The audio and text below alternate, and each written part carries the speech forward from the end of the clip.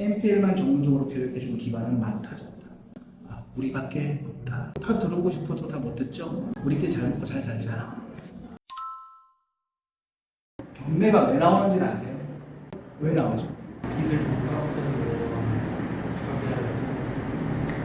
맞아요. 빚을 못 갚아. 누가 못 갚았어요? 채무자로 채무자. 그럼 돈을 빌려주는 사람은 여기는 채권자 채권자. 돈을 제일 많이 빌려주는 곳이 어디예요? 은행 은행이죠. 우리가 부동산을 담보로 대출을 받았어요. 그러면 담보대출이라고도 하고 담보부 채권이라고 해요. 신용대출을 받았어요. 그럼 담보가 있어 없어요? 그걸 무담보부 채권이라고 해요. 근데 여기에서는 대출 계약에 따라서 매월 이자를 잘 낸다. 그러면 PL 채권이라고 해요. 퍼포밍 정상 채권이라고 해요. 근데 연체 이자를 몇 개월 안 내면 부실 채권이 되는 거예요. 3개월 연체가 되면 부실 채권이 되고 은행은 이 채권을 환가를 해야 돼요. 왜냐하면 채무자가 돈을 갚을 능력이 없어. 그러면 내가 빚을 못 갚은 대신에 내가 담보로 제공한 게 있어. 그러면 뭘 팔아서? 담보가 부동산. 그럼 은행이 부동산을 팔아요? 아니죠. 그럼 은행이 갑자기 그 소유권자한테 찾아가지고 이제부터 빚을 못 갚으셨으니까 이 집은 이제 우리 겁니다 하는 게 아니라 담보권 설정이라고 해서 보통 근저당권을 설정하게 돼요. 우리 보통은 대출해주면 그 등기부 등본이라는 개념을 아시죠? 그 등기부 등본 갑부 말고 을구 소유권 이외에 걸리니까 을구에 근저당권 설정, 돈 빌려주는 거 1억, 채권 채무의 120% 1억 2천 설정 딱 되는 거예요. 그 근저당권의 가장 큰 권리가 그게 있는 거예요. 경매 신청권이에요. 돈을 못 갚았어. 3개월 정도. 그러면 은행은 언제 그 돈 못 갚으면 나 너희 집 법원 경매에 붙여서 이거를 팔아서 매각된 대금에서 내가 채권을 회수할게. 그게 법원 경매 시작이에요. 근데 그렇게 법원 경매 진행하면 보통 몇 개월 정도 걸려요? 반년 1년 반 정도 걸려요. 근데 은행은 결산이라는 걸 해야 되잖아요. 보통 월말에 하는 걸 월말 결산, 3개월마다 하는 걸 분기 결산, 6개월마다 하는 걸 반기 결산, 1년에 한 번 하는 걸 연말 결산이라고 해요. 그럼 그 결산기 동안에 얘네들은 누구로부터 관리 감독을 받아요? 금융감독원에서 은행한테 이렇게 얘기하는 거예요. 야, 너희들 부실 채권이 많아. 건전성이 높다, 낮다. 낮다. 건전성이 낮으면 너희들이 국민들의 돈을 이렇게 수신받는 게 합당할까? 너희는 중공공성을 띠잖아. 부실한 은행에 국민들의 돈을 맡기면 너희가 터지면 결국에는 민원이 발생할 거고 금융당국이 관리감독을 못한 책임을 받겠죠. 그래서 사전에 연체율, 건전성 비율을 몇 프로 이내로 관리를 해 라고 가이드를 주는데 그게 자산 건전성 비율이라고 해요. 그 BIS 비율을 3%로 관리, 4%로 관리 이렇게 얘기를 하거든요. 쉽게 말하면. 그러면 부실 채권이 많아졌어.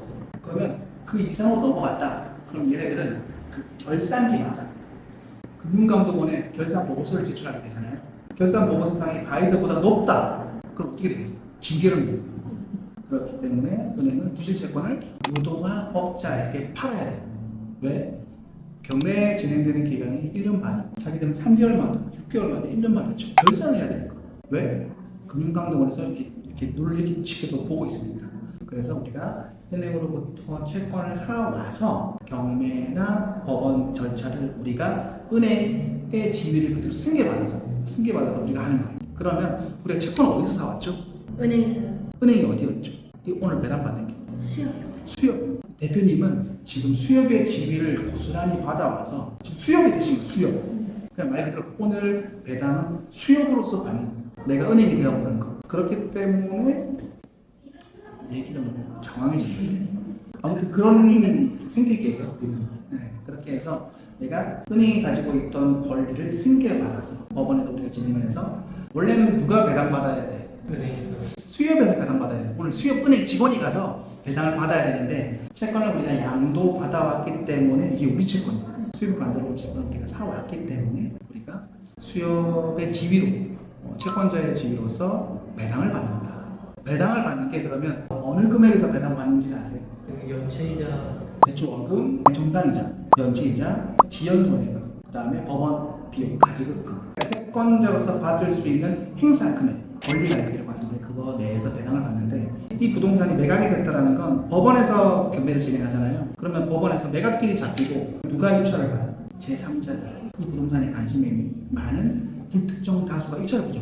그럼 거기에서 제일 높게 쓴 사람을 뭐라고 불러요? 최고가, 매수, 신고인이에요. 신고. 그리고 매각 허브 결정인 7 이후에 잔금을 내게 되죠. 그러면 신고인에서 뭘로 바뀌게 돼? 매수인으로 바뀌게 돼요. 매수. 최고가, 매수인이 돼요. 그러면 매수인은 경매락차 잔금을 다 내면 그 돈이 어디로 가? 법원에 배당 재단으로 가요. 그 배당 재단에 부여 있는 돈이 우리가 오늘 배당을 채권자로서 받는 거예요. 수협에서 담보부 채권을 이 사람에게 근저당권 설정을 하고 대출해줬는데 못 받았기 때문에 이거를 법원에서 팔아서 대신 돈으로 받아 나오는 거예요. 이게 1년의 과정을 자산 유동화라고 해요. 그래서 NPL은 부동산업이다, 금융업이다. 금융업이에요, 금융. 특수금융업에 속하는 건물이에요. 그래서 어머니께서 하시는 일은 특수금융업이다, 유동화 금융이다. 우리나라에서 이 업을 하는 사람이 그리 많지가 않아요. 왜냐하면 처음부터 들고 내용들을 경매는 많아. 왜냐하면 경매를 알려주는 학원들이 많아요. 좀 겁나게 많아요. 근데 NPL만 전문적으로 교육해주는 기관은 많다 적다. 우리밖에 없다. 롯마켓 TV 두 대표밖에 없어요. 그리고 다 들어오고 싶어도 다 못 듣죠. 우리는 소속 전에 8분만 맞습니다. 결론은 우리끼리 잘 먹고 잘 살자. 이제 좀 이해가 되셨죠?